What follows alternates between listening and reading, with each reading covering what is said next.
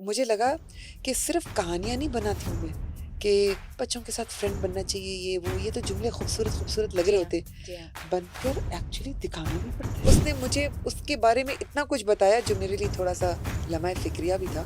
तब इसको इतना सूरह ज़लज़ाल के बारे में तो इतना नहीं पता, इसको सूरह आदियात और फ़ेमस बय्यनात के है बारे अमेठी। में तो इतना नहीं पता। मैं बहुत सारे क्रिटिकल क्वेश्चन्स फेस करती आई हूँ लाइफ में कि तुम तो डॉक्टर थी और तुम तो शानदार doctor. One fine morning I got up and I changed the whole landscape of my life.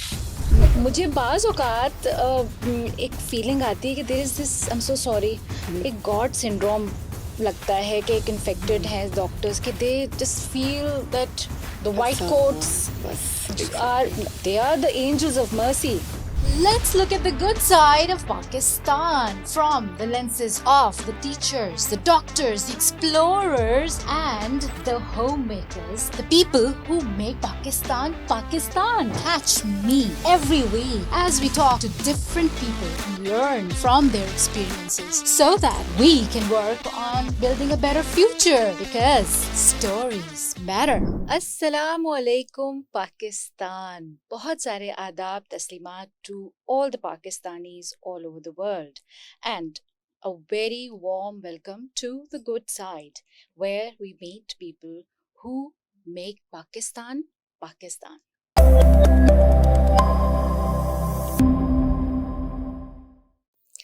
आज हमारे साथ एक बहुत डायनामिक करिस्मेटिक पर्सनालिटी मौजूद हैं. मैं पर्सनली बहुत एक्साइटेड हूँ उनसे बात करने के लिए because in a very short period of time हमारी बहुत अच्छी दोस्ती, बहुत अच्छा कनेक्शन हो गया है और हम जब बात करते हैं तो बहुत सारे पॉजिटिव कॉन्वर्सेशंस होती हैं और एक दूसरे को एनर्जाइज कर देते हैं. मगर इसमें ज़्यादातर रोल मेरी गेस्ट का है कि वो जब भी मैं उनसे बात करती हूँ I get this surge of energy wherever she goes. वो जहाँ से गुजरती हैं वहाँ एक सनशाइन और पॉजिटिविटी स्प्रेड करती हुई जाती हैं. मैं उनके बारे में ज़्यादा इंट्रोडक्शन नहीं दूंगी, हम उनसे खुद पूछेंगे कि वो क्या करती हैं. But I am dying to tell you all that she is such an accomplished person माशाल्लाह से. She is an MBBS doctor, ठीक है. She is a PhD. She is done her MPhil and then now she's doing her postdoc. Oh my God. एक महीन सी खातून जो कि हद से ज्यादा हसीन है, इतना सब कुछ अचीव कर रही हैं. एक माँ भी हैं, एक बेटी भी हैं, एक बहन भी हैं, एक बीवी भी हैं और एक बहू भी हैं. ये सब कुछ कैसे मैनेज करती हैं? तो ये हम डॉक्टर आसमा से चल के पूछते हैं. Oh my God! सारा आपने जो मेरा इंट्रोडक्शन दिया है वो मेरे लिए भी, मैं let it sink inside me This first. is true, all of it. मतलब your accomplishment, your personality are both a जबरदस्त धमाके वाला मैच और उसके साथ सच अ हम्बल नेचर और बात करके लोगों में खुशियां बिखेरने वाली आदत. कहाँ मिलते हैं ऐसे कॉम्बिनेशंस? नहीं, लेकिन सारा ये वाली जो ना पूरा स्क्रिप्ट, ये अच्छा वाला स्क्रिप्ट है ना, ये आप मेरे घर भी भिजवा दीजिएगा. अल्लाह, तो ये जाएगा ना इसके जरिए. और क्योंकि समटाइम्स जो घर की मुर्गी होती है वो दाल बराबर होती है, लेकिन इससे कोई फ़र्क पड़ता नहीं है. इससे फ़र्क मेरा ख़्याल है कि जब मैं अपनी 20s में थी या 30s में थी, तब फ़र्क पड़ता था मुझे कि वो ये मैं मुझे ना ये भी करना है, मुझे वो भी करना है, और वो देखो मैंने इतना मेहनत की, किसी ने देखा ही नहीं, किसी ने तारीफ़ ही नहीं की, इतनी मैंने अच्छे खाने बनाए, किसी ने देखा भी. लेकिन अब मुझे बिल्कुल फ़र्क नहीं पड़ता. बल्कि मुझे अब थोड़ा अफ़सोस होता है कि मैंने क्यों टाइम वेस्ट किया? ये सोचने में भी क्यों टाइम वेस्ट किया? उस टाइम में भी मैं बहुत कुछ और कर सकती थी. मेरी नज़र में हम हमारी ज़िंदगी के ना बहुत सारे फ़ेज़ेज़ होते हैं. जैसे अगर मैं आपको अपनी नमाज़ के बारे में बताऊँ, जब मैं 7-8 साल की उम्र में थी, तो मेरी अम्मी कहती थी कि नमाज़ पढ़नी है, नमाज़ पढ़नी है, नमाज़ पढ़नी है. अम्मी नमाज़ पढ़नी है, साथ में हम भी दुपट्टा लेके खड़े हो गए, गलत-सलत जैसे भी हम पढ़ रहे हैं उनके साथ घुसे हुए हैं. उसके बाद फिर मौलवी साहब के डर से नमाज़ पढ़ते थे. 10-11 साल की उम्र में अम्मी ने थोड़ी सख्ती ज़्यादा कर दी कि भई अब तो नमाज़ पढ़नी ही पढ़नी है. तो अब हम उनके डर से पढ़ना शुरू हो गए कि डाँट पड़ेगी और सुबह उठाने से पहले वो पानी का गिलास फेंक देंगी, ये कर देंगी, वो कर देंगी. तो यानी आप सोचें कि हमारे ऑब्जेक्टिव्स और रीज़न्स बदलती जा रही हैं ना. फिर जब हम 14-15 साल के हुए तो हमारे मैट्रिक में अच्छे नंबर आने चाहिए। अब हमारी नमाज़ों में थोड़ी मीनिंगफुलनेस आना शुरू हो गई। हम दुआ माँगना शुरू हो गए कि वो उसके बाद खुशू और खुशबू बढ़ना हाँ, शुरू हो बढ़ना गया। शुरू हुआ। 17-18 साल की उम्र में हमारी दुआएँ चेंज होना शुरू हुई। अब हमें मेडिकल कॉलेज में दाखिला लेना है।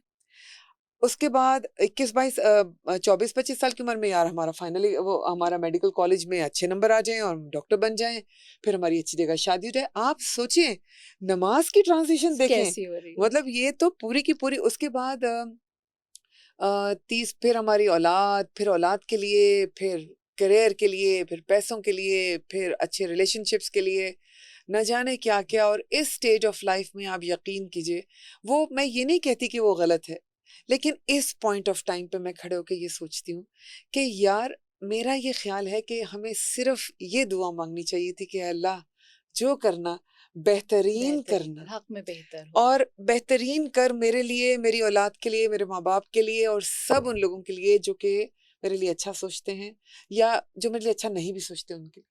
क्या बात है! आप यकीन कीजिए सुभान अल्लाह। कि मेरी दुआओं में अब मैं हैरान रह जाती हूँ जब मेरे बच्चे कहते हैं मम्मा स्पेसिफिकली ये दुआ कीजिएगा।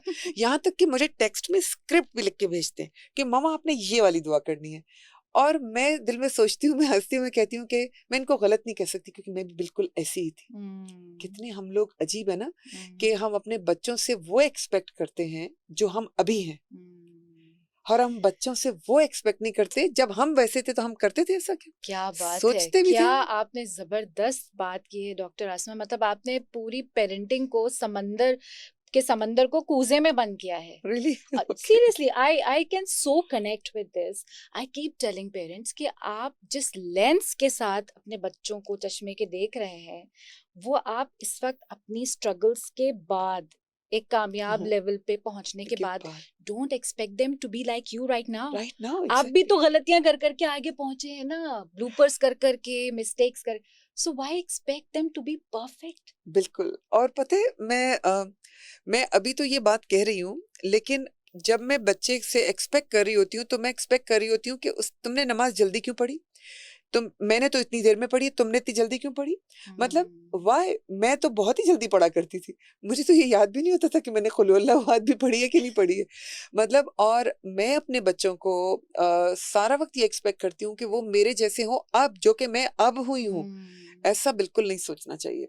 और बेहतरीन ए, बात। लेकिन एक बैलेंस भी रखना चाहिए। आपने देखा है कि वेस्ट में आजकल कहते हैं कि बच्चों को जो है ना समझें और बच्चे जो हैं वो मेंटल टर्मोइल का शिकार हो जाते हैं और बहुत ज़्यादा मैं कहती हूँ इसका भी एक बैलेंस होना चाहिए। Trauma is the word. हाँ, मैं इतनी मतलब देर बच्चे से बच्चे सोच रही एग्ज़ैक्टली ट्रॉमा ट्रॉमा क्यों हो जाएगा भाई?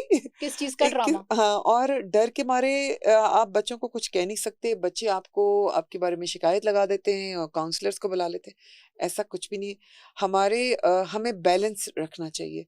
हमें अपने बच्चों की तरबियत करते रहना चाहिए, चाहे उन्हें अच्छा लगे या ना लगे। बेहतरीन बात। और चाहे उन्हें अच्छा लगे, उन्हें तो अच्छा नहीं लगेगा ना, किसको अच्छा क्या लगता है रोक टोक तरबियत? हो रही है, कुछ हाँ, वो ये है कि अगर सरजनिश हो रही है? हाँ, अगर आप समझते हैं कि बच्चे के लिए 8 घंटे की रात की नींद ज़रूरी है, तो है। है।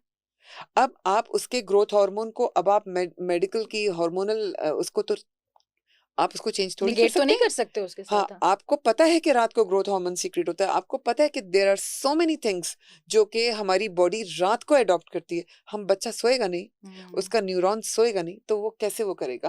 हमें एज़ ए पेरेंट कुछ चीज़ों पे फुट डाउन करना चाहिए और वो है हेल्थ। हम्म, वो है physical which is related to medical and the sorry mental and the emotional health। जो बात है। दोनों चीजें ये तीनों चीजें इंटर रिलेटेड है लेकिन हम्म, सबसे पहले तो फिजिकल हेल्थ। हम्म, बच्चा आपको पता ही नहीं है कि आपने तो खाना खिला दिया उस थोड़ी देर के बाद उसने टेक अवे मंगवाया। हम्म। आपको पता है आपको पता है कि वो टेक अवे से कितनी कैलोरीज ले रहा है?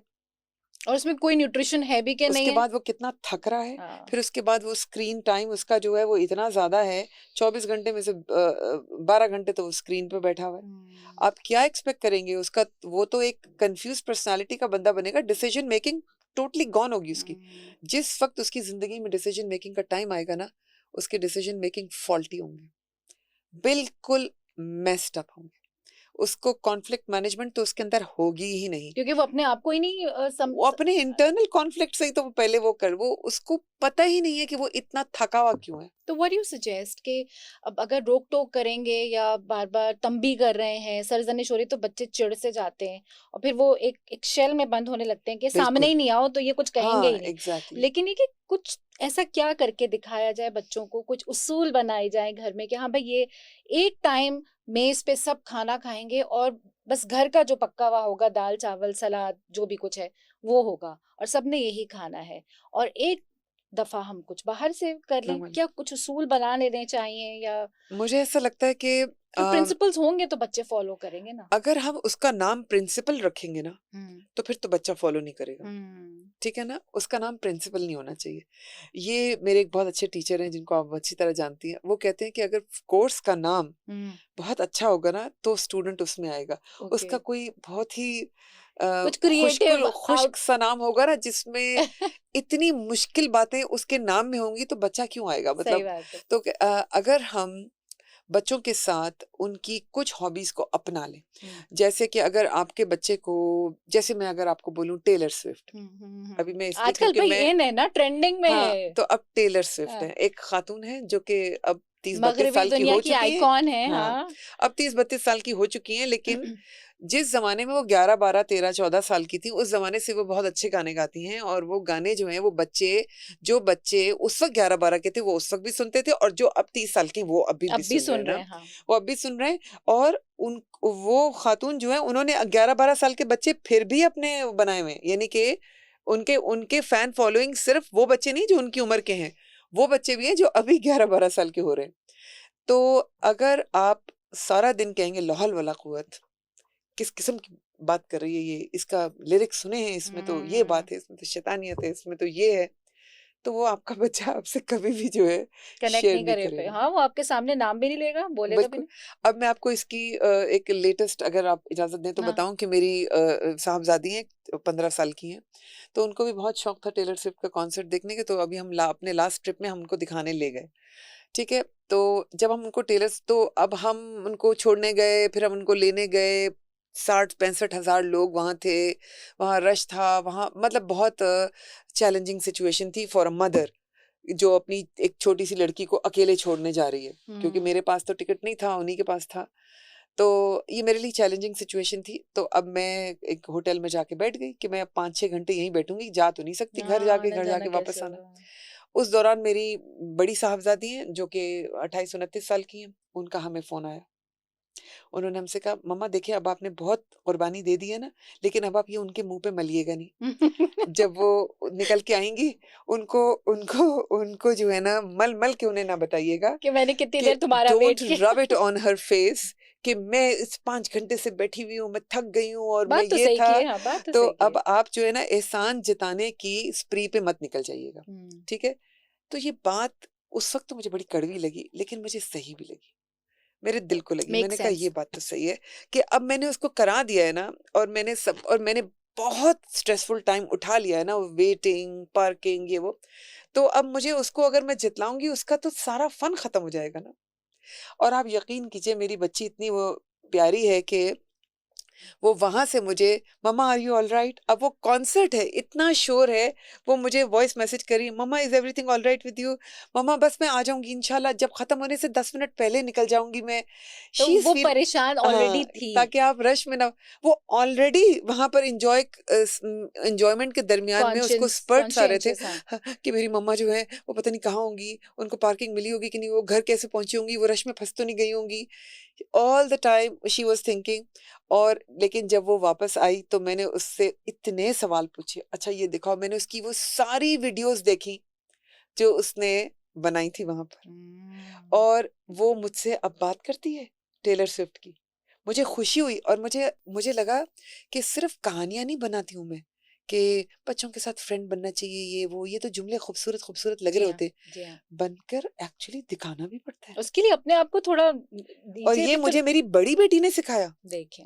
उसने सिखाया कि मम्मा अब हो गया ना, बहुत महंगा टिकट भी हो गया, अब इसको दिल पे लगा के ना बैठ जाए, हम्म। और उसको ये ना कहें, हमने तुझ पर इतना खर्च किया, हमने हाँ। तुझ पे ये किया। हाँ। सो मुझे मैं समझती हूँ बच्चों की एक हॉबी उनके म्यूचुअल साथ ग्राउंड होना चाहिए हाँ, जहाँ वो दरेख धड़क आपसे आपसे बातें करें। वो मुझे अब इस बात को तकरीबन 12-14 दिन हो चुके हैं, मगर वो आज भी मुझे वो वीडियोज़ दिखाती है, "मम्मा ये तो मैंने आपको दिखाई नहीं थी। मम्मा ये हम्म, देखिए, मम्मा आपको पता" उसने मुझे उसके बारे में इतना कुछ बताया जो मेरे लिए थोड़ा-सा लम्हा फ़िक्रिया भी था। हम्म। तब इसको इतना सूरह ज़लज़ाल के बारे में तो इतना नहीं पता है, इसको सूरह आदियात और ख्याल तो बय्यनात के नहीं बारे में ठीक। तो इतना नहीं पता, हाँ। जितना इसको इसके बारे में पता है। लेकिन कोई बात नहीं, ये वो 15 साल की है, वो आहिस्ता-आहिस्ता सीख जाएगी। देखिए ये जो कनेक्शन आपका उससे इस्तवार हुआ है ना, इसी के जरिए फिर आप उसको कभी ये भी समझा सकते हैं जो कि आपके वरीज में शामिल है कि सूरह ज़लज़ाल के बारे में बताऊं या हाँ, किसी और अदब अदाब की चीज के। तो लेकिन अगर कनेक्शन ही नहीं होगा, हाँ। अगर बच्चा आपके करीब ही नहीं आ रहा और आप हुँ, नजदीक आ रहे हैं और वो छुप रहा है, तो कोई भी बिल्कुल। बात कैसे करेंगे? बिल्कुल और एक और चीज़ जब मैं उसके साथ मैं अपना कनेक्शन इसलिए बता रही हूँ क्योंकि ये मेरा लेटेस्ट मेरी ये अचीवमेंट्स हैं हम्म, कि जब मैं गाड़ी में उसके साथ 9-9 घंटे की 8-8 घंटे की ड्राइव पर होती थी 2-3 दफ़ा मैंने उसके साथ तो मैंने उससे तय किया था कि देखो शुरू के 1-2 घंटे तुम्हें पता है मम्मा को तस्बीह पढ़नी होती है ना हम्म, और बहुत लंबी वाली पढ़नी होती है और उस दौरान मम्मा बात भी नहीं करती तो ना मुझसे बात करनी है हम्म, ना कोई गाना लगेगा और ना ही तुमने शोर करना है तुमने अपने कान में जो भी लगाना है वो कर लगा लेना के है, ठीक करो। है? और मम्मा को वो जो तस्बीह और तस्बीह के बाद फिर तुम्हें पता है मम्मा एक सूरत भी सुनती है हम्म, और वो भी सुनेगी और उसके बाद वो फिर तुम भी सुनोगी, फिर गाने लगेंगे और जो फिर अगर फ़र्ज़ करो कि 6 घंटे रह गए हैं, तो 3 घंटे तुम्हारे हैं और 3 घंटे मेरे हैं। उसने बड़े आराम से एडजस्ट इस किया। एग्रीमेंट पे साइन किया उसने, हम्म, वर्चुअल सिग्नेचर किया और उसने कहा कि ठीक है। सो इस बहाने उसे ये तो पता है ना मेरी अम्मी मुझे कहती हैं कि मैं कहती हूँ अम्मी लोग कहते थे कि बच्चों को जो सिखाओ वो नहीं सीखते, बच्चों को जो करके दिखाओ वो सीखते हैं। मैंने कहा मैंने तो अम्मी ज़िंदगी में कभी कोई नमाज़ मिस नहीं की, मगर मेरे बच्चे तो अभी नमाज़ नहीं पढ़ते। कहती पढ़ेंगे? पढ़ेंगे। मैंने पढ़ेंगे, तू बिल्कुल फ़िक्र ना कर। वो मुझे कहती है तुम ये सोचती भी कैसे को नहीं पढ़ेंगे? वो हम्म, ज़रूर पढ़ेंगे। Hmm, don't you even feel bad about it hmm. और हैव ट्रस्ट इन गॉड वो पढ़ेंगे। डॉक्टर अस्मा, ये जो बच्चों का टॉपिक है और चैलेंजेस हैं और पेरेंटिंग है, ये हमारी बहुत म्यूचुअल इंटरेस्ट की और जाहिर है एक ऐसी प्रेजेंट प्रॉब्लम है जिस पे हम बात करके एक दूसरे को हेल्प आउट करते हैं। बट पॉडकास्ट के शुरू में मैंने आपका पूरा इंट्रोडक्शन नहीं दिया था and I think I missed out mentioning your MBA also in all your accomplishments. तो मुझे ज़रा उसके बारे में तफसील से बताएं, बिकॉज मैंने सिर्फ प्रोफेशनल इंट्रो आपका पढ़ा है, आपकी जर्नी, आपकी स्ट्रगल वो मैंने नहीं कभी डिस्कस की। And since when I requested you for this podcast, मैंने कहा था हम हार्ट टू हार्ट करेंगे। अच्छा ठीक है, सही है। सारा ये तो आपने एक ऐसा तार छेड़ दिया है ना और कि इसके ऊपर तो बड़ा टाइम लग जाएगा लेकिन ब्रीफली मैं इसको कवर करती हूँ कि मैं बहुत सारे क्रिटिकल क्वेश्चंस फेस करती आई हूँ लाइफ में कि तुम तो डॉक्टर थी और तुम तो शानदार डॉक्टर थी और तुम्हारा तो फैमिली भी डॉक्टर्स की थी तुम लोगों के पास सेटअप भी था रिसोर्सेज जिसमें भी था, सब था। रिसोर्सेस भी थे तुमने अपनी जिंदगी डॉक्टरी की तरह मतलब मरीज देखकर क्यों नहीं वो की हम्म, स्पेंड की हम्म, और आज तुम क्या से क्या कमा रही होती और तुम क्या तो उसकी मैं आपको रीजंस बताती हूँ ये भी हार्ट टू हार्ट होंगी कि मैंने 7-8 साल बहुत ही रिलीजियसली गायनी एंड ऑब्स की प्रैक्टिस की रिलीजियसली जिसको कहते हैं ना दिन रात मेहनत से मैं असिस्ट करती थी क्योंकि मैं जूनियर डॉक्टर थी उस वक्त ज़ाहिर है छोटी थी तो मैं सीनियर्स को असिस्ट करती थी और उसके बाद जब 7-8 साल गुजरे तो सारा मुझे ऐसा लगा कि ये असिस्टेंस मुझे लगता है लंबी चल गई है अगर मैं ऐसे ही रही तो मैं तो जिंदगी भर मैं कब खुद गायनेकोलॉजिस्ट बड़ी बनूंगी और कब मैं खुद कमाना शुरू एक्सेल कब करूंगी करूंगी? तो देयर वर मल्टीपल रीजंस कि उसके बाद एक दिन one fine morning I got up and I changed the whole landscape of my life मैं उठी और मैं एक यूनिवर्सिटी गई और वहां मैंने MBA में एडमिशन ले लिया Okay, from MBBS to to MBA. MBA. Now that After was 8 years or 9 years of MBBS and hardcore medical practice, practice. मैंने एक दिन डिसाइड किया, क्योंकि जब मैं मेडिकल प्रैक्टिस में होती थी तो मुझे लगता था कि डॉक्टर जो होता है वो कितना क्यूबिकल माइंडसेट का होता है। क्यूबिकल माइंडसेट का मैं आपको मतलब बताऊं कि डॉक्टर जो होता है ना, वो जब मरीज देखता है ना तो वो एक क्यूबिकल में बैठ के देख रहा होता है, और वो होता है उसका साथ में उसका मरीज होता है और एक उसका नर्स होता है। तो इसको कहते हैं क्यूबिकल माइंडसेट। उसके अलावा उसकी लंबी सोच नहीं होती है। फिर वो इस तरह के 100 मरीज देख लेता है, फिर इस तरह के 1000 मरीज देख लेता है, बस वो क्यूबिकल माइंडसेट में ही रहता है। लेकिन अगर देखा जाए तो डॉक्टर को तो बहुत कुछ और करना चाहिए। डॉक्टर को तो ये भी पता होना चाहिए सिस्टम्स कैसे बनते हैं, अस्पताल कैसे बनते हैं, उसके अंदर ह्यूमन रिसोर्स कैसे हायर होती है, उसके अंदर फाइनेंसिंग कैसे होती है, उसके अकाउंट्स कैसे चलते हैं, उसके अंदर मार्केटिंग उसकी कैसे और करते हैं, लूप होल्स क्या होते हैं जहां मरीज फंस जाते हैं बेचारे, और इन्फेक्शन कंट्रोल कैसे होता है, पोस्ट ऑपरेटिव जो ऑपरेशंस कैसे होते हैं, ऑपरेशंस मैनेज कैसे होते हैं, उनका इक्विपमेंट कैसे आता है, वो लगता कैसे है। There are millions of other things जो कि डॉक्टर को पता होनी चाहिए। यहाँ उसके लिए वो लोग I am sorry I have to interrupt, मुझे एक सवाल बहुत जी जी बेचैनी हो रही है पूछने के लिए। देखिए हम लोग जब भी किसी डॉक्टर को कंसल्टेंट को दिखाने जाते हैं तो वो लोग इतने प्रोसीजरल सवाल पूछते हैं, ये कब हुआ, अच्छा ये कैसे हुआ, ये कितना, दे डोंट आस्क कि वो पेशेंट की जो अपनी एक हर इंसान की इंटेग्रिटी, एक ईगो होती है ना, उसकी अगर वो नहीं बता पा रहा है या उसका कोई बैकग्राउंड, इमोशनल बैकग्राउंड पूछ लें, वो इतने टू द पॉइंट स्पेसिफिक, तो वो एम्पैथी या सिंपैथी वाला नहीं। तो I am so sorry, with all due respect to all the doctor fraternity, मुझे बाज औकात एक फीलिंग आती है कि there is this, I am so sorry, एक गॉड सिंड्रोम लगता है कि एक इन्फेक्टेड है डॉक्टर्स के, they just feel that the white coats they are the angels of mercy, no doubt, but then they cannot just look down upon the patients as कीड़े मकोड़े, और ये कि डांट दिया डपट, ठीक है कुछ लोगों को करना पड़ता है। इसका मैं ना एंगुलर एनालिसिस करूं तो मैं कहूं कि sometimes they are too busy. अब अगर फर्ज करें, मैं आपको मैं एक हैरत अंगेज बात बताती हूँ।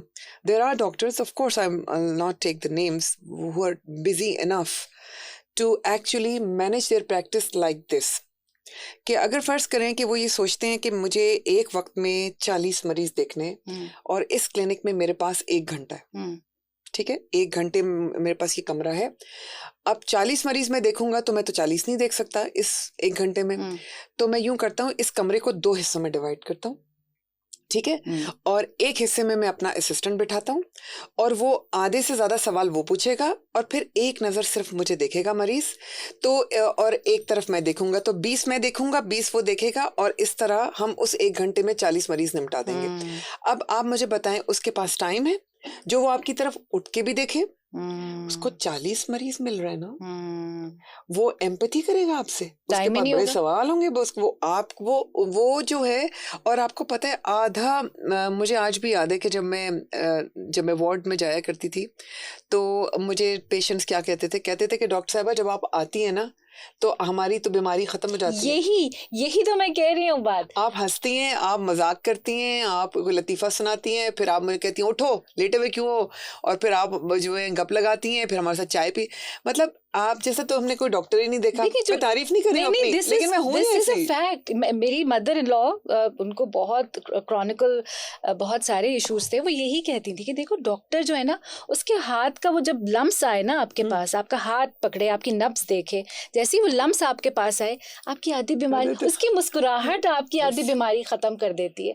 जो मर्ज है, जो सिम्टम्स हैं, जो डायग्नोसिस है, जो प्रोग्नोसिस है, जो भी कुछ है, वो तो वक्त लेता है ना, बिल्कुल, और वो तो है अपनी जगह तकलीफ, मगर डॉक्टर की शख्सियत का ऑरा ऐसा हो कि वो मरीज, तो सिर्फ ये कह रही हूँ, आई हैव मेट डॉक्टर्स जो कि बहुत बड़े नाम्स हैं, बहुत बड़े नेम्स हैं उनके, बहुत रश होता है, ओपीडी में 100 आदमी बैठा हुआ होता है, लेकिन उनके पास जाओ तो वो पहले पूछते हैं, हाँ भाई क्या हाल है, सब ठीक हो जाएगा इंशाल्लाह, डोंट वरी, और फिर वो हमें अपने असिस्टेंट की तरफ भेज देते हैं, जैसे आपने कहा, वो मैनेजमेंट तो करनी पड़ती है।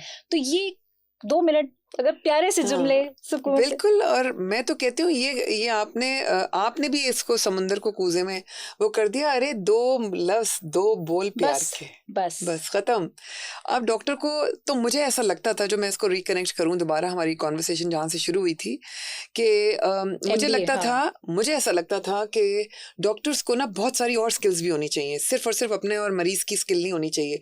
भाई मैं एक डॉक्टर हूँ, मुझे पता है कि मरीज में इसको ये बीमारी है, मुझे इसको क्या दवाई देनी है, लेकिन उसके अलावा interpersonal communication skills, decision making, conflict management, बहुत सारी चीजें होती हैं। उसके अलावा एम्पैथी, सिंपैथी आपने बोला, मल्टीलिंगुअलिटी कितनी इंपॉर्टेंट है। उसके अलावा नॉलेज मैनेजमेंट, उसके अलावा आपकी जो टीम है, आप जिसके साथ बैठे हुए वो, कोऑर्डिनेशन। हाँ उसकी, हाँ ये सब चीजें, बहुत सारे एलिमेंट्स होते हैं।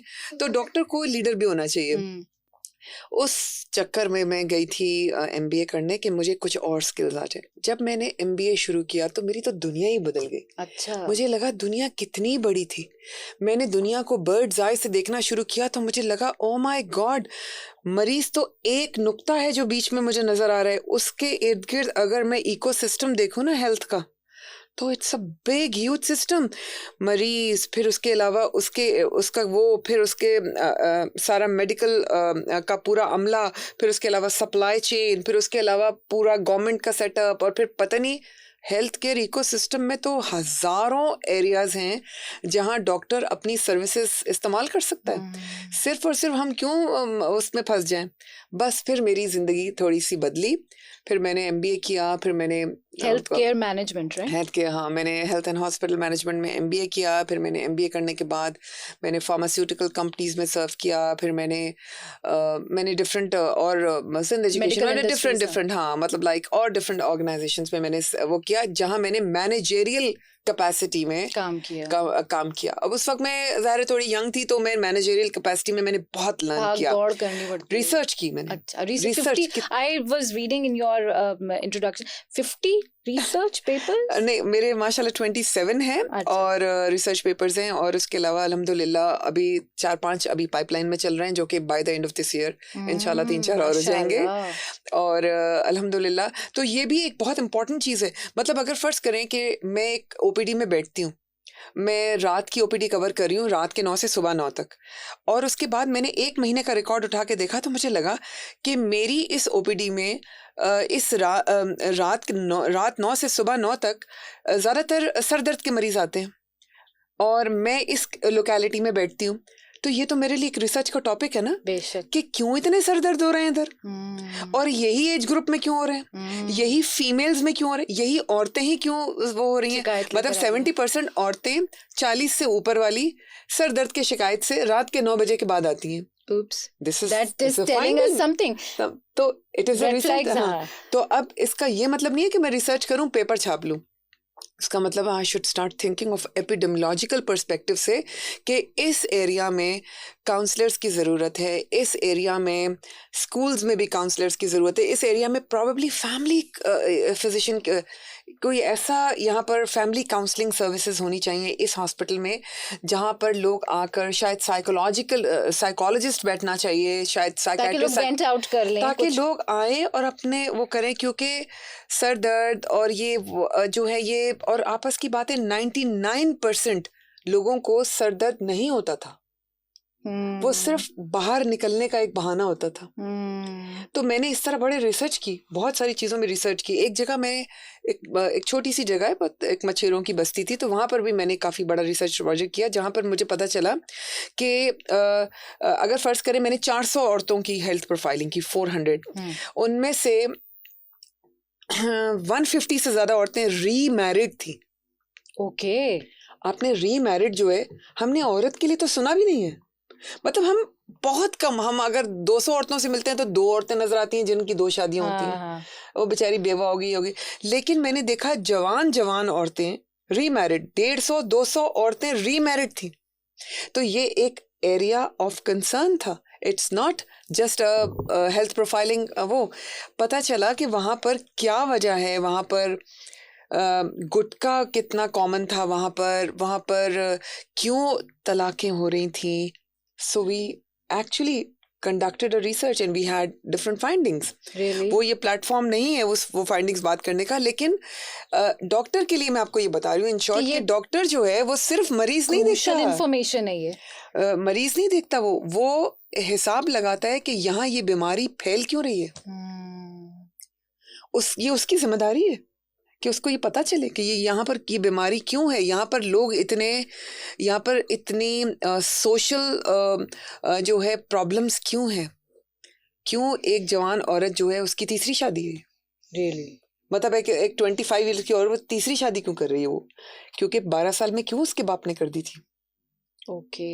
फिर उसके बाद 16 साल में उसने खुद क्यों अपने मर्जी से कर ली, फिर वो क्यों खत्म हो गई। अब जो वो 2 बच्चे उसके लेकर जो ये तीसरे के साथ रह रही है, तो अब ये कितने दिन चलने वाली है।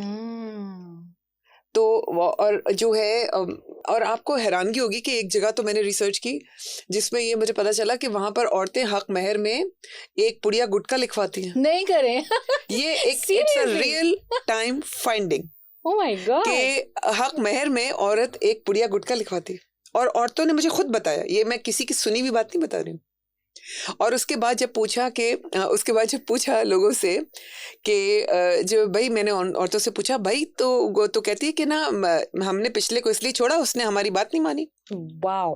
वो हमें गुटखा नहीं देता था। I mean, talk about women empowerment. and above all, उसके बाद अगर मैं पूछूं तुम्हारा बच्चा स्कूल क्यों नहीं जाता बीबी, क्यों बच्चे को स्कूल, बाजी सुबह सोया पड़ा रहता है, जब तक गुटखे की पुड़िया ना मिले उठता नहीं है। Yikes. यानी अपने बच्चों को भी वो ऐसी तरबियत कर रही है। अब आप खुद सोचें, तो ये गुटके के ऊपर कोई मना करने तो फिर वाला हम लोगों ने बहुत बड़ी कैंपेन चलाई गुटके के ऊपर, जिसका यकीनन थोड़ा बहुत फायदा हुआ होगा। 10-20% भी लोगों को हमने बहुत खतरनाक कैंपेन चलाई वहां पर, पूरे मेरे सारे स्टूडेंट्स मिलकर हम लोगों ने, यकीनन फायदा हुआ होगा। क्योंकि ये जो कैंपेनिंग होती है ना, उसका फायदा हमको फौरन नहीं दिखता। अगर हम 2 साल बाद कैंपेन करें तो फिर पता चलता है कि जो है कि पहले जो है इतनी फाइंडिंग्स थी और अब इतनी फाइंडिंग्स है ना। तो मतलब पहले जो है 100 लोगों में से 80 लोग गुटखा करते थे, अब 50 करते। तो ये फिर कुछ डिफरेंस तो नहीं तो डिफरेंसेस ऐसे ही होते हैं। डिफरेंसेस ऐसे थोड़ी होते हैं कि अगर हमने इन्फेंट मोर्टालिटी देखी है तो पहले जो थे 1000 में से 100 बच्चे मर जाते थे, तो अब 90 मरते हैं, तो इसका मतलब बहुत अच्छी बात है।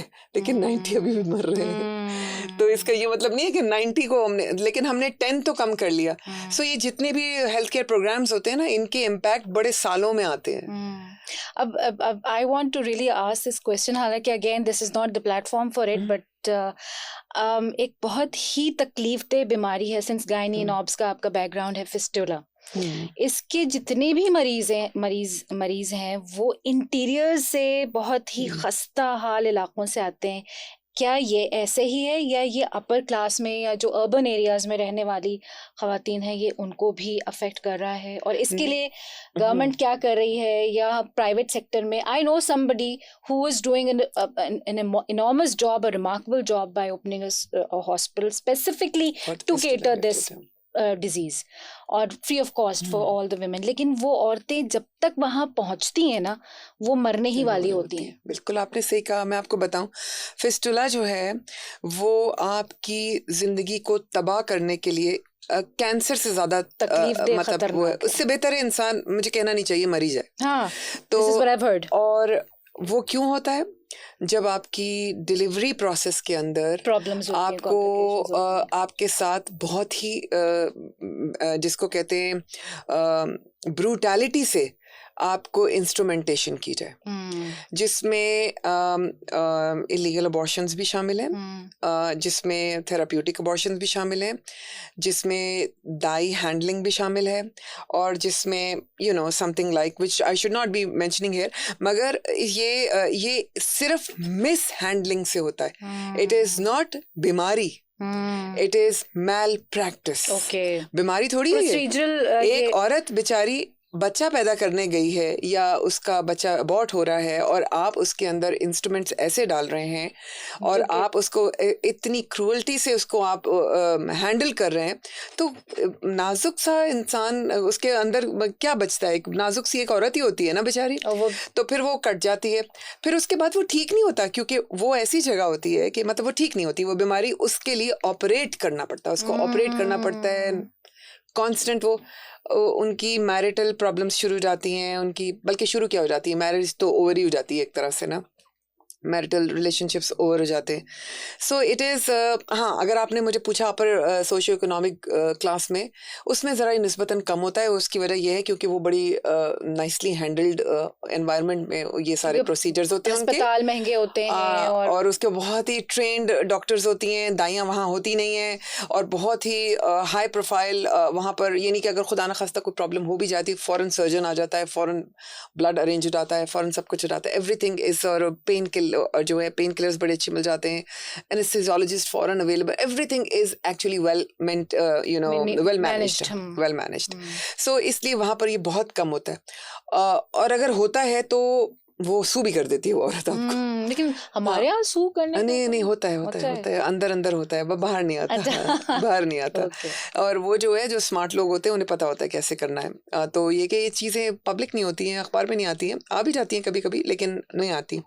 So this is all about कि मुझे लगा कि डॉक्टर को बहुत कुछ और भी आना चाहिए। डॉक्टर के लिए जो स्किल्स ज़रूरत होती हैं, उस सिलसिले में मैंने एमबीए किया। फिर जब मैंने काफ़ी इंडस्ट्रीज़ में काम कर लिया, फिर मुझे लगा कि ये सब जो स्किल मैंने सीखी ये मुझे सिखानी भी चाहिए।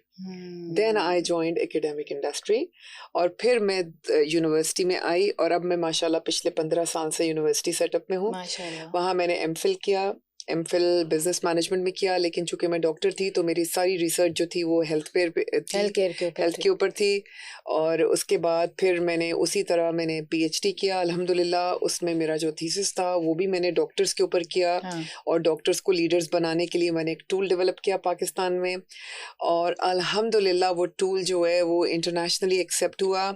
और उसी के ऊपर मुझे अब पोस्ट डॉक्टरेट, जो कि पीएचडी के बाद करते हैं, मैं कर रही हूँ अल्हम्दुलिल्लाह। और अब मैं डेवलपिंग कंट्रीज़ लाइक बांग्लादेश और नेपाल और भूटान, इस किस्म के जो छोटे कंट्रीज़ हैं सार्क के अंदर जो आते हैं, उनके उनके डॉक्टर्स की लीडरशिप डेवलपमेंट प्रोग्राम मैं बना रही हूँ अभी। It's in the process. Pakistan के लिए नहीं नहीं, वो इसलिए क्योंकि वो जो टूल है ना वो मेरा पाकिस्तान के डॉक्टर्स पे बना है। अच्छा सो रिसर्च ये कहती है कि फिर आप वो टूल उसी पर नहीं अप्लाई कर सकते। अब आप, अगर आपने उसकी ऑथेंटिसिटी देखनी है ना कि इट वाज परफेक्ट, अच्छा तो आपने उससे मिलते जुलते डेमोग्राफिक और जियोग्राफिकल कंट्रीज में जो डॉक्टर्स हैं, अगर वो उनके ऊपर भी काम करता है, सो इट मीन्स ठीक है। माशाल्लाह सो ये है कि इन दी एंड नहीं, लेकिन मैंने उसका पायलट प्रोजेक्ट पाकिस्तान में कर लिया है अल्हम्दुलिल्लाह। अच्छा वो मैंने पायलट पाकिस्तान में कर लिया है। तो अब ये है कि अब आप मुझसे पूछेंगी कि इतनी सारी डिग्रियां कैसे ले ली, कितनी सारी वो है। मैं आपको बिल्कुल बताऊं, ऐसे ही है मैं आपको बताऊं, ये लोगों को यकीन नहीं आएगा, लोग समझेंगे मैं झूठ बोल रही हूँ। वाकई समझने मैं दें, आपको लोगों को बताऊं कि क्यों समझते हैं इंसान पढ़ाई में जो मेहनत हो रही होती है ना, वो पढ़ाई की जो मेहनत होती है वो कब तक होती है? वो होती है मेरे ख्याल है बैचलर्स तक। उसके बाद पढ़ाई जो होती है ना, वो पढ़ाई से ज़्यादा आपकी एक्चुअली पर्सनालिटी और आपकी पर्सनल अचीवमेंट्स और आपकी जो personal interactions with the industry है ना, वो ज़्यादा बरूएकार आ रही होती है सामने। मतलब ऐसा नहीं होता कि आप जो है रट रट के इम्तहान दे रहे हैं। वो आपकी जो इनहेरेंट नॉलेज जो आपने इतने दिनों में जमा की होती है ना, वो उसी का ही मास्टर्स के बाद वो वही का ही इम्तहान होता है, उसी का ही इम्तहान होता है। I think it also drives you to learn more, to excel more, ऐसा है। अभी मैं आपको एक बात बताऊं कि मेरे हस्बैंड ने एक दफ़ा जब मेरी पीएचडी हुई, तो मेरे हस्बैंड ने मुझसे पूछा तुमने पीएचडी कब की? मतलब ये इतना अजीबोगरीब सवाल था। तो मैंने कहा, मैंने उसको ये बताया तो कहते हैं मगर मुझे तो तुम कोई खास पढ़ती हुई या तुम कोई वो, तो फिर मैंने उनको बताया। फिर मैंने देखा कि वो बिल्कुल सही कह रहे हैं। लोगों का इंप्रेशन ये है कि पीएचडी एक इतनी बड़ी डिग्री है कि उसमें तो इंसान पढ़ पढ़ के मर जाता होगा। ऐसा कुछ भी नहीं है। अगर आप एजुकेशन सेक्टर में हैं और आप पढ़ा रहे हैं, तो पीएचडी आपकी एक्चुअली आपकी प्रोडक्ट है। आप पढ़ा रहे हैं ना जो कुछ, वही चीज आप और अच्छा पढ़ रहे हैं, ठीक है, क्योंकि जो आप पढ़ा रहे हैं एक्चुअली वो आप पढ़ भी तो रहे हैं ना। और अगर आपके सब्जेक्ट भी आप वाले ही हैं तो फिर आपको कुछ बहुत एक्स्ट्रा किताबें नहीं पढ़नी पड़ती, आपके अंदर की इनहेरेंट नॉलेज भी जो है वो आपको, और आप इंजॉय कर रहे होते हैं। अब जैसे बच्चे जो होते हैं उनका इम्तहान आता है तो उनको जान निकली हुई होती है उनकी, लेकिन जब हम एमफिल पीएचडी के लेवल पहुंचते हैं हमारी जान वान नहीं निकली हुई होती, बल्कि as a matter of fact वो हमारा पार्ट ऑफ द जॉब होती है। मतलब ये कि ये काम करना ही है ना, बस अब करना है, तो हमें कोई इतना मुश्किल नहीं होता। तो मैंने बड़े आराम से एमफिल पीएचडी किया, ठीक है, मतलब मैं ये नहीं कहूँगी कि बिल्कुल ही आराम से हो गया, थोड़ा मेहनत भी करी तो, और मैंने जो है वर्क लाइफ बैलेंस, खासतौर पे फैमिली बैलेंस को भी मैंने बहुत कोशिश की ठीक से करने की। लेकिन अल्हम्दुलिल्लाह जब अल्लाह की रज़ा साथ में हो और अपने माँ बाप की दुआएं साथ में हो तो भाई ऐसे ऐसे पुले सरात निकल जाते हैं, पता तक नहीं चलता। तो बस फिर वो अब तो नो लुकिंग बैक, अब तो नो लुकिंग बैक।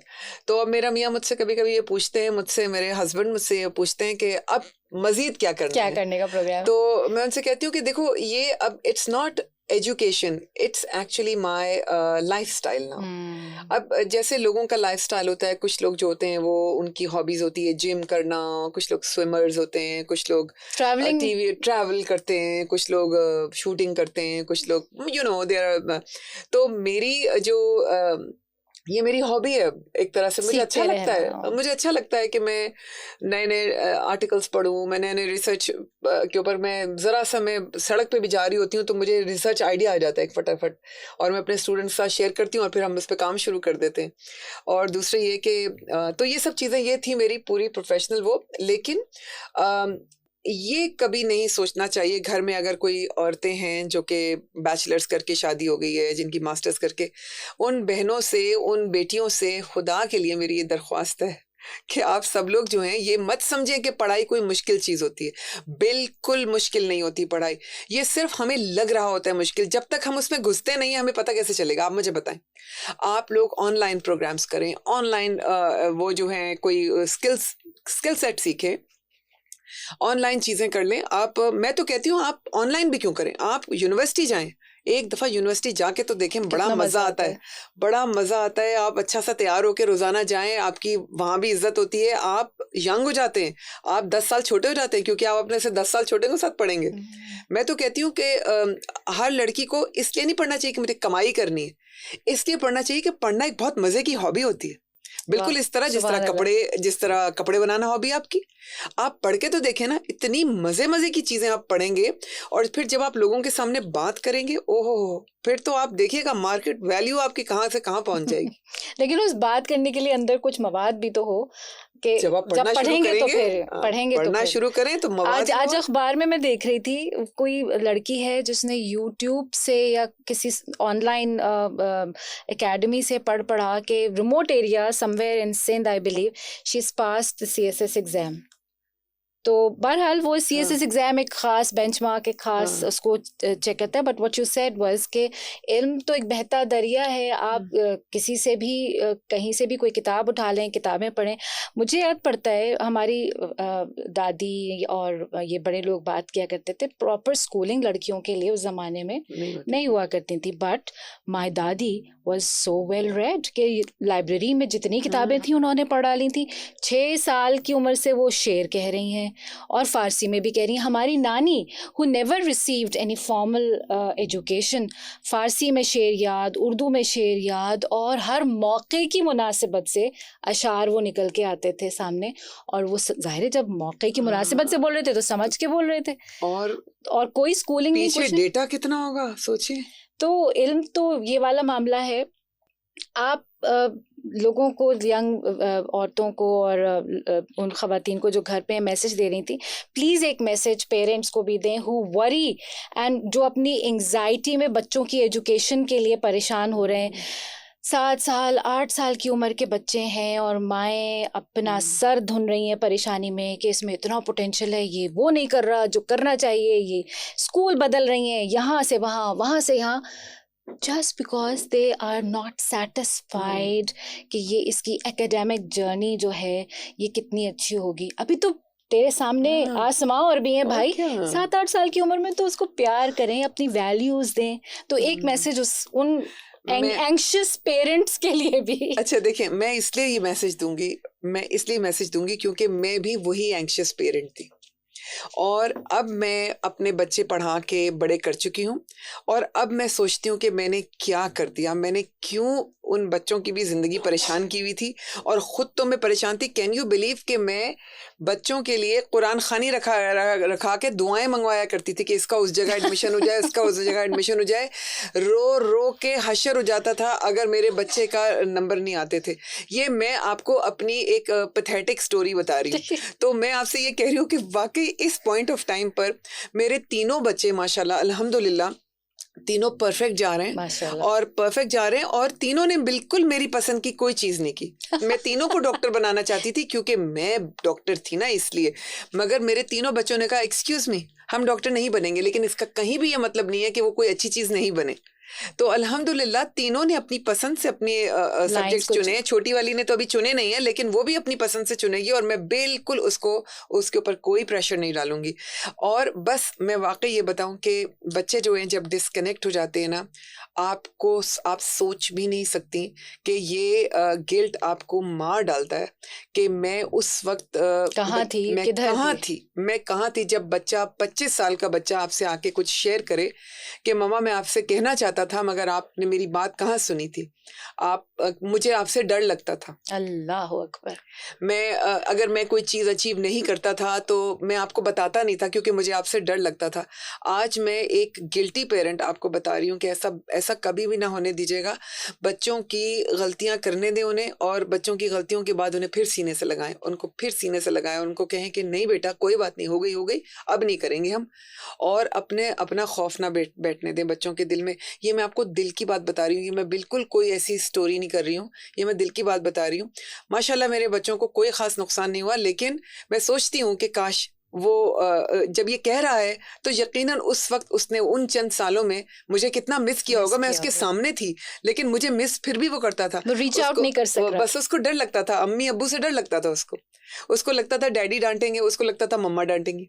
यानी कि आप जो बात कह रही हैं वो ये कि अपने लाड और अपने गजब, गुस्से से, यानी हाँ, दोनों से बच्चों को बचा के रखना ज़रूरी है बिल्कुल कि हम इन दोनों सिचुएशंस में अपने बच्चों को तबाही की तरफ लीथल हो जाता है उनके लिए ये। बिल्कुल। और वो मोहब्बत जो उनको बढ़ते हुए जब वो यंग होते हैं, अपने ज़िंदगी के कुछ ही कदम उठाए होते हैं, तो उस वक्त उनको हमारी अनकंडीशनल मोहब्बत की ज़रूरत है, और वो हम उनका हक भी है जो और हमें मैं देना आपको चाहिए। एक और छोटा सा वाकया बताऊं, ये मैं कल ही का वाकया बताती हूँ कि हमारी जो साहबजादी हैं वो हमसे मांग रही थी कि उनको आईफोन अपग्रेड करना है। जैसे कि आजकल आपको पता है हर बच्चे को आईफोन अपग्रेड करना है। तो हमने हमने बड़े प्यार मोहब्बत से समझाने की कोशिश की, लेकिन वो हस्बे तवक्को वो बिल्कुल नहीं समझी। तो हमने उनको कहा कि अब्बा से पूछ लो, अगर अब्बा इजाज़त दे देंगे तो ठीक है, हम आपका फ़ोन अपग्रेड कर देंगे ना। तो अब्बा जब आए तो अब्बा से हमने ना, अब हम थोड़े बहुत अब्बा से डरते भी हैं, तो हमने उनसे ना बड़ा तमहीद बांध कर इधर-उधर से स्टोरी लेकर आकर हमने वहाँ पर स्टोरी को एंड किया। हमने कहा कि आई थिंक मेरा ख़्याल है कि 1 साल हो गया है अब इसका हम थोड़ा-सा अपग्रेड कर दें, आपका क्या ख़्याल है? तो उन्होंने मुझे बड़े गौर से देखा, उन्होंने पहले तो वो मुस्कुराए और उसके बाद उन्होंने मुझसे कहा, और बिल्कुल सही कहा। यकीन कीजिए कि हम सोचते हैं कि कभी-कभी हम अपने मियाँ-बीवी में अक्सर तकरार ही चल रही होती है, लेकिन कभी-कभी आप नोट करें कि वो बिल्कुल सही पॉइंट होता है, उस पे तकरार करने की ज़रूरत नहीं होती। तो उन्होंने मुझसे कहा कि आसमा, तुम जो हो ना अपने बच्चों के लिए थोड़ी सी असर्टिव हो जाओ। तुम बच्चों की बातों में कुछ ज्यादा आ जाती हो, मोहब्बत में तुम ज्यादा वो करती हो। तुम्हें पता है कि आईफोन अपग्रेड करना इतनी बड़ी बात नहीं है जितना उसका तुम रिपरकशन लेटर ऑन देखोगी। तुम क्यों एक बच्ची को जिसके पास ऑलरेडी एक आईफोन है उसको उससे भी बड़ा आईफोन दिला रही हो? तुम्हारे पास वो आईफोन आज भी नहीं है, तुम जो अफोर्ड कर सकती हो वो आज भी नहीं है। तुम बच्चों को रिवॉर्ड बेस्ड चीजें क्यों नहीं देती हो? प्यार बेस्ड चीजें क्यों देती हो? और दुनिया की क्योंकि उसकी सहेली के पास है तो उसको उनको रिवॉर्ड दो, उसको बोलो ओ लेवल्स में नंबर लेकर आए, वो उसके बाद देखेंगे। इस बहाने वो कुछ तो करेगी ना। तो उसकी बात बिल्कुल सही लगी कि मैं कभी कभार मोहब्बत में माएँ जो होती है ना, वो बच्चों की गलतियों को छुपा जाती हैं, बच्चों की गलतियों के ऊपर कवर डालकर, और उनको बल्कि एक तरह से हम उनको बच्चों को अब्बा के खिलाफ ही कर देते हैं कि वो तुम्हारे अब्बा ने तो मना कर दिया। लेकिन ऐसा नहीं होना चाहिए। मियाँ बीवी की टीम होनी चाहिए बच्चों के लिए, ऐसे होनी चाहिए, बिल्कुल एक जैसी। बेशक बेशक, खूबसूरत बात, जबरदस्त बात।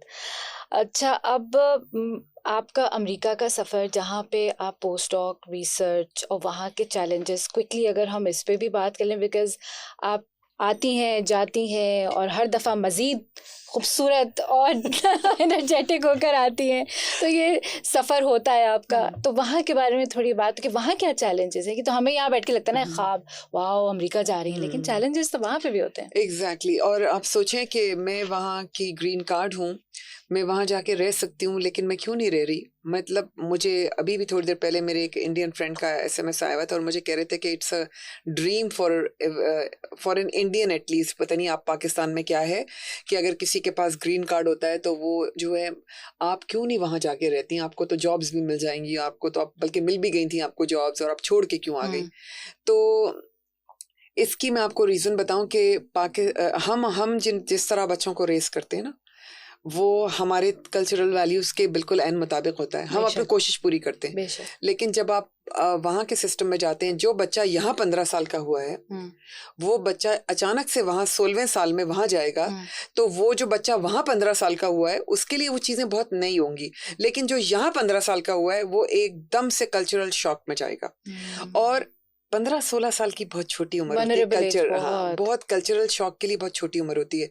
एकदम काया पलट भी सकती है और दोनों तरफ पलट सकती है। यानी कि हो सकता है कि वो टोटली रिलीजियस हो जाए, वो टोटली उसको लगने लगे बच्चे को कि सारी दुनिया तो ऐसी ही है, तो फिर मैं क्यों डिफरेंट हूँ? तो ये एक खौफ है मुझे, जिसकी वजह से मैं अपनी जो मेरे बड़े बच्चे हैं वो बड़े थे जब गए। जब मेरी बेटी थी वो 19 साल की थी जब गई, और जब मेरा बेटा 23 साल का था तब गया। तो 23 साल में इतनी मॉरल वैल्यूज डेवलप हो जाती हैं कि उसको पता होता है कि गलत क्या है, सही क्या है। वैसे तो 15 साल वाले को भी पता होता है, लेकिन वो डरपोक सा, कमजोर सा बच्चा होता है। एज होती है ना उस वक्त। हाँ, वो कमजोर सा बच्चा होता है। तो लेकिन 19 साल की लड़की भी समझदार होती है। यूनिवर्सिटी में गई पढ़ने, तो वो उसने वहाँ बहुत सारे चैलेंजेस देखे होंगे, लेकिन उससे एक मॉरल वैल्यू अपने साथ बांध के लेकर गई थी। और मेरा बेटा भी लेकर गया था, तो वो दोनों के दोनों माशाल्लाह वेल सेटल्ड हैं वहाँ पर, अल्हम्दुलिल्लाह पढ़ लिख गए। बेटी की वहाँ शादी हो गई, और शादी मैंने पाकिस्तान में की, वहाँ सिर्फ शादी के बाद गई है वहाँ पर। और बेटा जो है वो माशाल्लाह 25 साल का हो गया है और अब पढ़ लिख कर नौकरी कर रहा है। लेकिन मैं इसलिए नहीं जा रही क्योंकि मेरी अभी एक बच्ची काफ़ी छोटी है। जब तक वो 18-19 साल की नहीं हो जाती, मुझे वहाँ मेरा नहीं ख्याल के जाना चाहिए।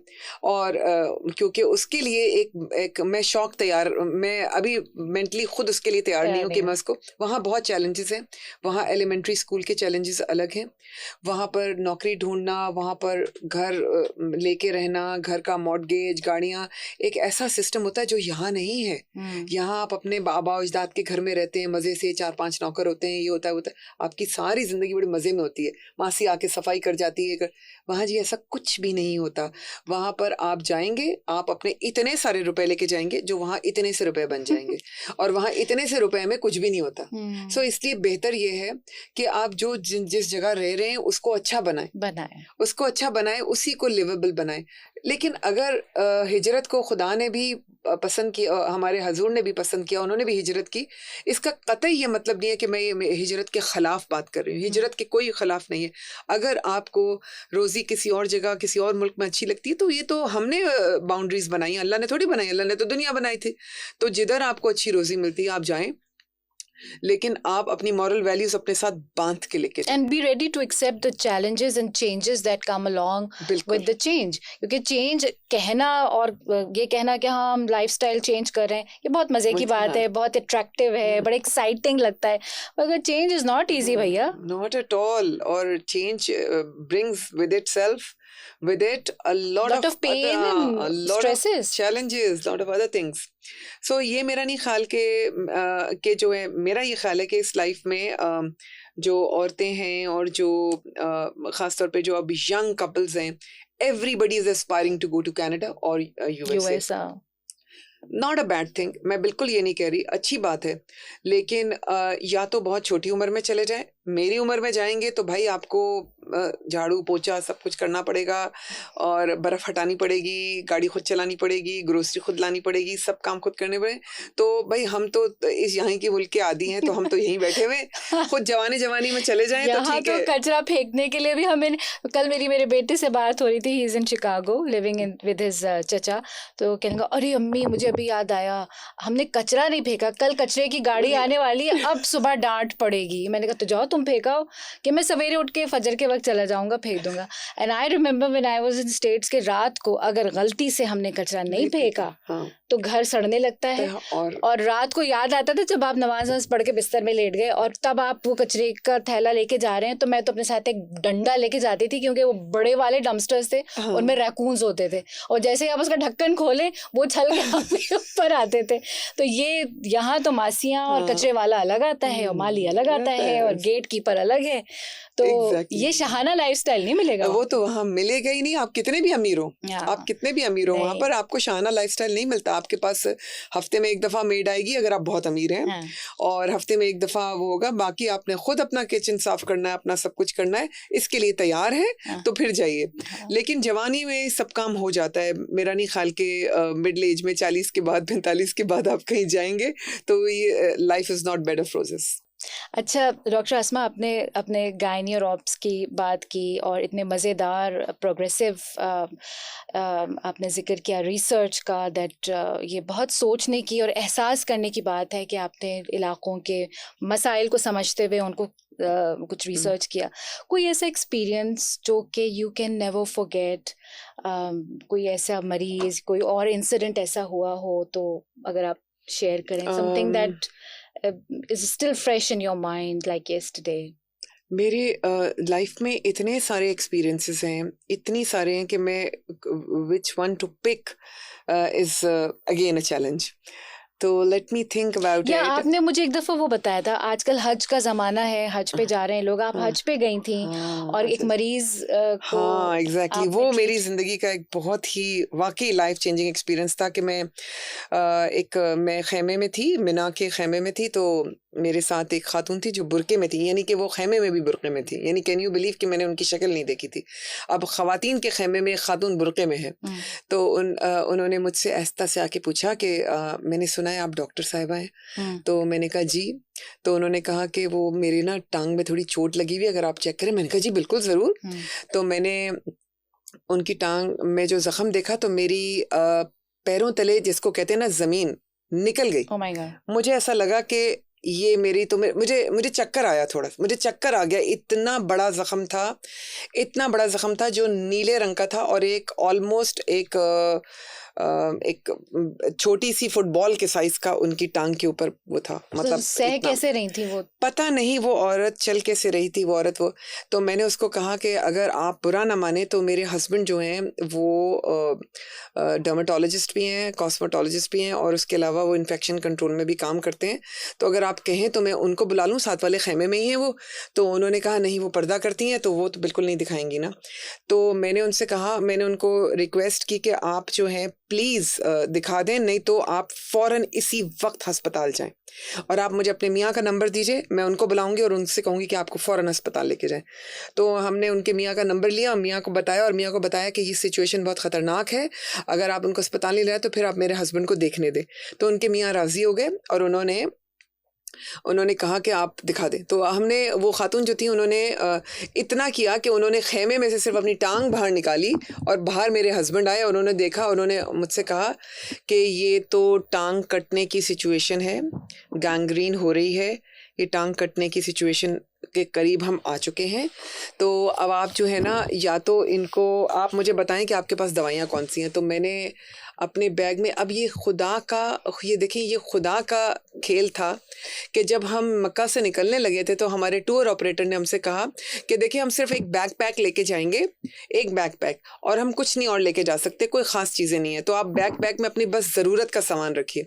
तो हमने अपनी ज़रूरत का सामान रखा और उसके बाद हमने अपने सूटकेस को देखा जो हम अपने पाकिस्तान से भर के लेके गए थे, दवाइयों का सूटकेस। पता नहीं क्यों हम दवाइयाँ भर के लेके गए थे, पता नहीं हम क्यों लेके गए थे। हमने ऐसे, हाँ, हमने ऐसे नहीं किया। मैंने कैसे किया कि मैंने ऐसे यूं मुट्ठी से सूटकेस में से यूं दवाइयाँ उठाई, मतलब मैंने नाम नहीं पढ़ा दवाइयों का, मैंने ऐसे उठाई और अपने बैकपैक में डाल दी। मैंने यूं कर 2-3 मुट्ठियाँ जितनी ठूस सकती थी ना बैकपैक में, मैंने ठूस ली। अब उसमें जो भी दवाई चली गई, मुझे नहीं पता कौन सी दवाई चली गई, तो मेरे हस्बैंड ने मुझसे कहा कि आप दिखाइए कौन कौन सी दवाइयाँ लेकर आई हैं। तो मैंने अपना बैग उनके सामने उलट दिया। वो हैरान रह गए कि उसमें सिर्फ वही दवाइयाँ थी जो कि एक स्टेज 4 इन्फेक्शन जो होता है, जो कि अनट्रीटेबल हो जाता है, सर्जिकली रिमूव होने वाला होता है, वो एक ख़ास किस्म की जो 4th जनरेशन एंटीबायोटिक के कैप्सूल्स थे, वो थे जो कि नॉर्मली हम सिर्फ पोस्ट ऑपरेटिव यानी अस्पतालों में यूज़ करते हैं, घरों में थोड़ी यूज़ करते हैं हम। वो तो हॉस्पिटल में यूज़ होता है। रैंडम पिक किया था, वो मैंने रैंडम पिक किया था और वो सिर्फ वही थे। तो उसने कहा ये तुमने कैसे? मैंने कहा मैंने तो नहीं देखा। तो कहता है कि मैं इसी का ही वेट कर रहा था और अब तुम अपने सामने इन खातून को, और कैन यू बिलीव मेरे पास वो सारी सर्जिकल ड्रेसिंग भी उस बैग में थी जो कि उस औरत को चाहिए थी। एक भी दवाई ऐसी नहीं थी, ये मैं आपको बता रही हूँ, ये एक मिरेकल है। एक भी दवाई ऐसी नहीं थी जो कि उस औरत की इस्तेमाल के लिए वो नहीं थी, सब उन्हीं के लिए थे। सब दवाइयाँ जो मैंने मुट्ठी भर के डाली थी वो उन्हीं के लिए थी। उसके बाद उन्होंने कहा अब आप इनकी ड्रेसिंग करेंगी सुबह और शाम, जब तक आप इनके साथ ही रहिएगा, और आप इनके हाथ में गोली नहीं दीजिएगा, आप इनके मुंह में डालिएगा और आप बैठे रहिएगा जब तक ये निगल ना ले गोली। Oh my God. हम 2.5 दिन के मिना के, हमारे अरफात का दिन, उसके अलावा फिर हम जब वापस आए उसके बाद फिर हम जब जमरात गए, यानी कि हमारे हज की पूरे जो एक पूरी जर्नी थी उसमें हमने उनको पूरी वो दवाइयाँ खिलाते रहे और वो खातून व्हील चेयर पे हम उनको उनके हस्बैंड करवाते रहे, जो भी करते रहे। उसके बाद फिर हम मक्का में तवाफ़े ज़ियारत पे आ गए, फिर हम बिछड़ गए एक तरह से। तो जब हमारे जिस दिन जाने का वक्त था, हम उधर निकल रहे थे मदीना की तरफ, तो हम निकल रहे थे तो हमने देखा कि एक दरवाजे पर बेल बजी, तो एक खातून अंदर आई और उन्होंने आकर आए और उसके बाद आके ना वो हस्बैंड, वो दोनों मियाँ बीवी अंदर आए। उन्होंने कहा कि, और उन्होंने आए, मेरा हाथ पकड़ा और मेरा हाथ चूमा उन्होंने। तो उन्होंने कहा हम डॉक्टर के पास गए थे, मक्का जनरल हॉस्पिटल गए थे। तो उन्होंने कहा कि वो हैरान रह गए। उन्होंने कहा कि आपको ये दवाई किसने दी, पहले ये बताएं। तो उनका कि भाई इस तरह हमारे खैमे में एक डॉक्टर साहिबा थी और उनके हस्बैंड थे, उन्होंने ये दवाई दी। तो कहते पहले तो आप जाके उनका हाथ चूमें, क्योंकि आपका पूरा जख्म जो है ना वो डिमार्केट हो गया है और अब ये जो है टांग काटने की जरूरत नहीं, क्योंकि उस वक्त जो है ना वो यहाँ तक आपके घुटने से ऊपर जा रही थी गैंग्रीन जो है ना। तो मतलब और अब ये है कि ये इतना डिमार्केट हो गया कि अब सिर्फ हम इसको इतनी सी जगह को हम सर्जिकली रिमूव करेंगे, और वो भी अगर हम कुछ दिन और दवाई खिलाएं तो वो भी पककर ठीक हो जाएगी। तो उन्होंने और कहते हैं देखें मैं खुद अपने पैर पे चल कर आई हूँ। तो ये एक ऐसा एक लाइफ चेंजिंग एक्सपीरियंस है कि जब खुदा उधर बुलाता है ना, क्या बात है। तो वो सिर्फ हज के लिए नहीं बुलाया था, मैं तो लिख के दे दूँ, उसने मुझे इस औरत के लिए बुलाया था।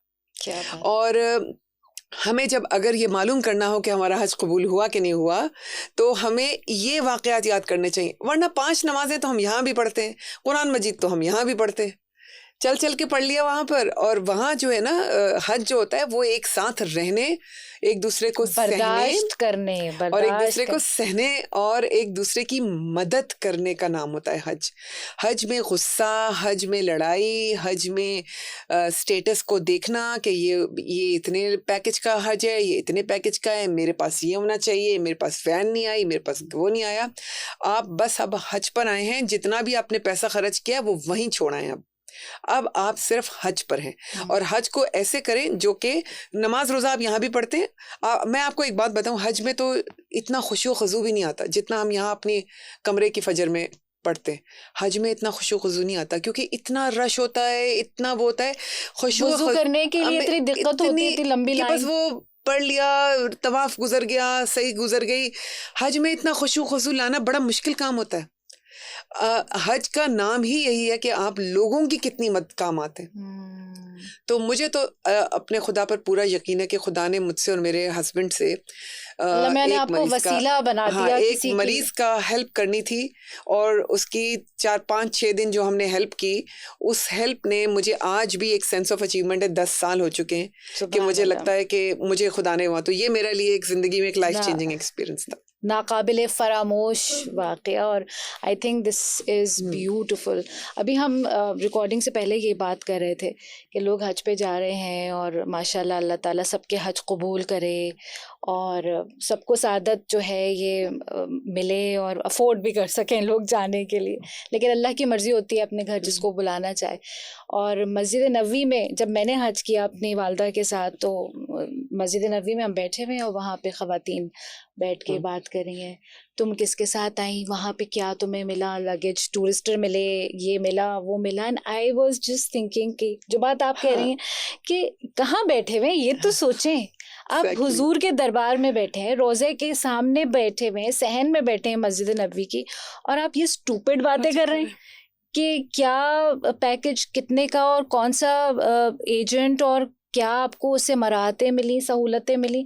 भाई ये तो एक एक लम्हा दुआओं में गुजार दो। बिल्कुल, तो बस आप जो कह रही हैं बिल्कुल बात, सही कहा आपने, हाँ। ये माइंडसेट हमारे अपने बनाए हुए होते हैं कि लूटने वाली दुआओं का मौका आपको मिल रहा है कि झोली भर भर के मांगो, और उसमें जैसा कि आपको ये एक्सपीरियंस हुआ कि आपको खिदमत का मौका मिल गया किसी की, ये तो अल्लाह की तरफ से आपके लिए एक अपॉर्चुनिटी थी, और आपने उसको अवेल कर लिया। अल्लाह ताला आपके लिए बहुत आसानियाँ जब करे। मैं उसका जख्म निकाल कर पट्टी करती थी ना, तो आपकी सोच है कि वो कितनी एक तकलीफ थे, मतलब वो औरत कितनी तकलीफ में जाहिर है वो होती जख्म थी। अगर इतना पुराना था तो हाँ, और उसमें से जब हम पीप निकालते थे, और उसमें से जो स्मेल, और ये तो वो, और आपको पता है कि सिर्फ मैं नहीं, फिर मेरे साथ जो हम खैमे में जो 8-9 औरतें थी, हम सब मिलकर ये शुरू कर देते हैं। मतलब आप सोचिए ना कि एक अच्छा काम बहुत से और लोगों को भी उस काम पे लग गया। मतलब ये कि मेरी हेल्प करते थे कि आपको ये चाहिए, आपको वो चाहिए, मतलब एवरीथिंग। और मेरे साथ एक और डॉक्टर साहिबा थी, वो भी फिर मेरे साथ लग गई। तो ये कि एक अच्छे काम की एक हमारी एक टीम बन गई। और वो खातून आज भी हमारे साथ इन कांटेक्ट हैं, और वो जो है वो कहती हैं हम कभी भूल सकते हैं। वो जो कहते हैं ना कि हज के जो दोस्तियां होती हैं वो उम्र भर की होती हैं, तो वो मेरे हज के जो दोस्त हैं वो उम्र भर के दोस्त हैं। माशाल्लाह माशाल्लाह। एक बहुत ही स्पिरिचुअली स्ट्रेंथनिंग नोट के साथ आज हम अपनी बातचीत को एंड करने जा रहे हैं। बहुत तक़वियत हो रही है, और बहुत सुकून है इस बात पे कि हमारे वतन अज़ीज़ में ऐसे लोग मौजूद हैं जो कि मग़रिब की दुनिया को भी समझते हैं, वहाँ की सहूलियात को भी जानते हैं, and yet they prefer to stay in Pakistan and make Pakistan a better place. अल्हम्दुलिल्लाह।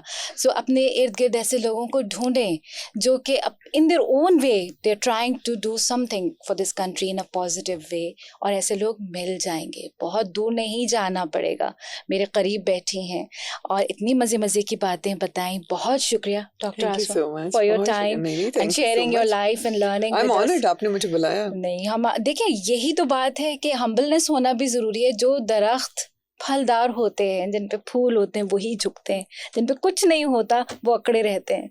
और डॉक्टर आसमा की यही एक खुसूसियत इनकी शख्सियत की है कि I fall in love with her every time I meet her. तो बहुत शुक्रिया for being here, sharing, and last and not least, thank you Rehan bhai for making this platform where we are able to talk and listen to people who are sending out such positive vibes and contributing for Pakistan in their own positive way. And to my lovely darling students Talha and Saad for motivating me to do this series of podcast. बहुत शुक्रिया। अस्सलाम वालेकुम। Jazakallah khair for watching this video, and if you want to watch more videos like this, please subscribe our channel on the right or the left side, I'm confused, and keep watching. Thank you so much.